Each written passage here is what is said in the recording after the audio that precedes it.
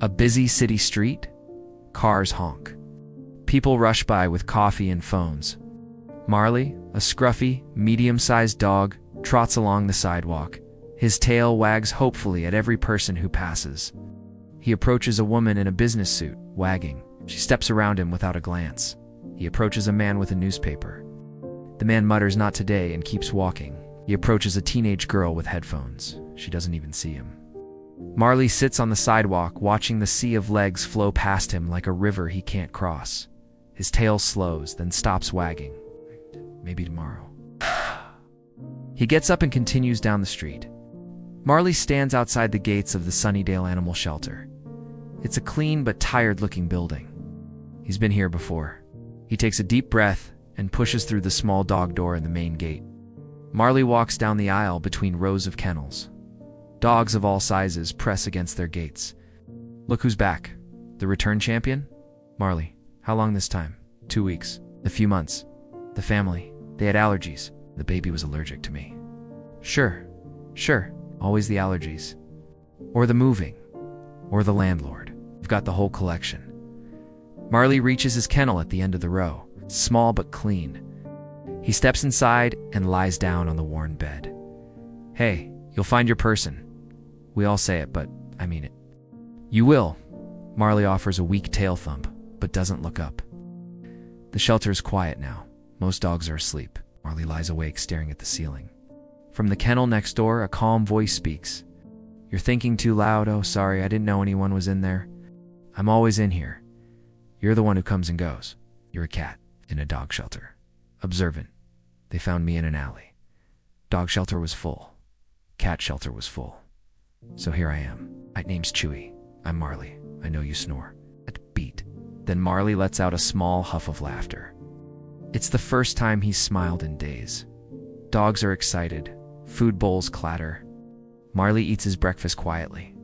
Chewie eats his own bowl of cat food on the other side. How long have you been here? 6 months? Give or take. That's a long time.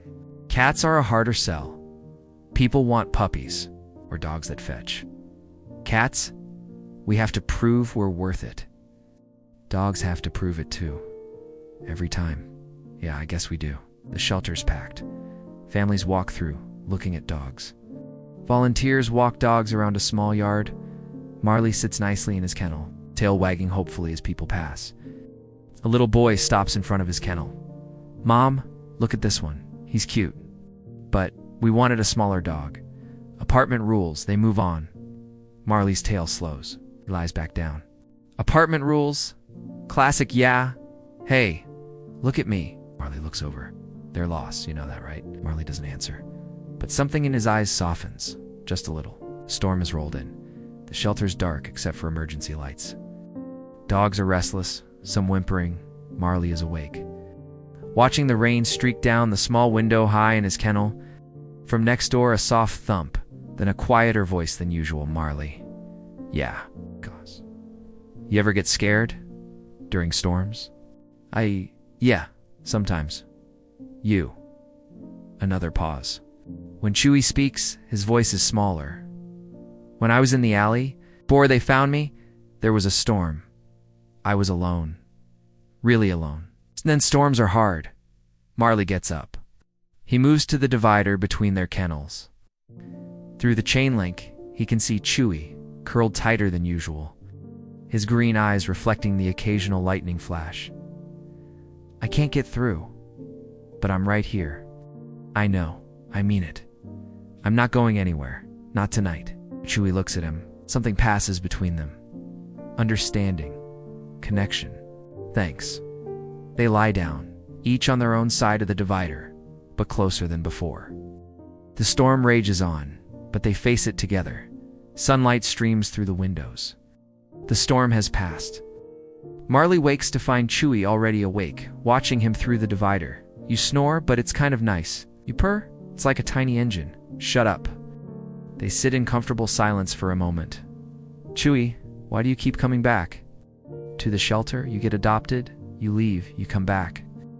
Why not just stop hoping? Marley thinks about this. Really thinks. Because somewhere out there, There's someone who's waiting for a dog like me. They just don't know it yet.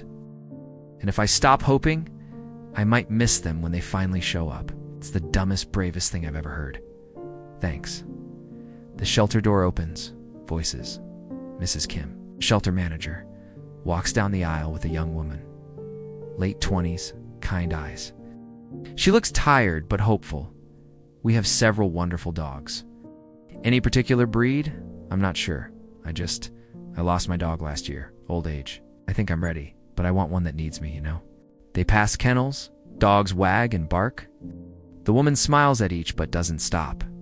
She reaches Marley's kennel. Marley is sitting calmly, not jumping, not barking. Just looking at her with those soulful eyes. She stops. Hello. Marley's tail gives one slow, gentle wag. She kneels down, putting herself at his level. You've got old eyes, like you've seen some things. Marley leans forward just slightly toward the kennel door. That's Marley. He's been returned a few times. None of it his fault. He's a good boy. Returned? How could anyone return you? Marley's tail wags a little more. Can I meet him outside? Of course. Marley and the young woman, whose name we learn is Sarah, sit in the grass of the small yard. Marley is calm, leaning slightly against her leg. My name's Sarah. I live alone. Small apartment. I work from home mostly. I like long walks on weekends, and I talk to myself. Lot, so you'd have to be okay with that. Marley looks at her, listens, really listens. I'm not perfect. I forget things. Might forget to buy your favorite treats sometimes, but I'll never forget you, I promise. Marley's tail wags. He lifts a paw and places it gently on her knee. Sarah's eyes well up. Yeah, it's you. It's you. Marley is back in his kennel, but something is different. He's buzzing with energy. She's coming back. Tomorrow, to pick me up. For real. I heard. Congratulations, she's the one. I know it. I felt it. Good, you deserve it. Marley notices Chewie's tone. The cat is happy for him. There's something else there, Chewie. It's fine. That's how it works. Dogs get homes. Cats wait. That's not fair. Life's not fair? You taught me that. Remember? Keep hoping. I'll keep hoping. I'm not leaving you here alone. You have to... That's how it works. No, I mean it. I'm not leaving you. Chewie looks at him confused. Sarah arrives, paperwork in hand. Mrs. Kim is at the desk. I'm here for Marley. He's ready. Just need your signature here. And actually, I have a question. Yes, the cat in the kennel next to Marley, the ginger one. Chewie. Yes, he's been here a while. Sweet cat. Just overlooked. Close. Marley and Chewie. Actually, yes, they've become quite bonded. Marley helped him through a rough night during the storm. I see, Marley is at his kennel door, tail going crazy. Chewie watches from his side. Sarah appears. She kneels in front of Marley's kennel. Boy, ready to go home? Marley whines happily, spinning in circles. Sarah looks over at Chewie. The cat meets her eyes calmly. I hear you're his friend. Chewie blinks slowly, cat's way of showing trust. Sarah makes a decision. How much for both? Mrs. Kim's eyebrows go up. Both. They're a pair. You can't separate a pair. Marley freezes. He looks at Sarah, then at Chewie, then back at Sarah. My apartment's small, but there's room for two. They're already friends. Chewie sits up straighter. For the first time, his tail gives a small, uncertain flick. Is she serious? She's serious. I think that's the best idea I've heard all year. Sarah holds a carrier with Chewie inside. Marley walks beside her on a leash, tail a constant blur. She opens the back door of her small car. Marley hops in happily. She places the carrier gently on the seat beside him. Through the carrier door, Chewie and Marley can see each other. Told you I wasn't leaving you. You're an idiot. I know. Best idiot I ever met. Sarah gets in the driver's seat, looks back at them in the rearview mirror. Ready, boys? Marley barks once, happily. Chewie from his carrier lets out a small, dignified merow. Sarah smiles, starts the car. Montage shots through the car window. Buildings passing, trees, the city giving way to quieter streets. Inside the car, Marley's head is out the window, ears flapping, tongue out, pure joy. Chewie has been let out of the carrier.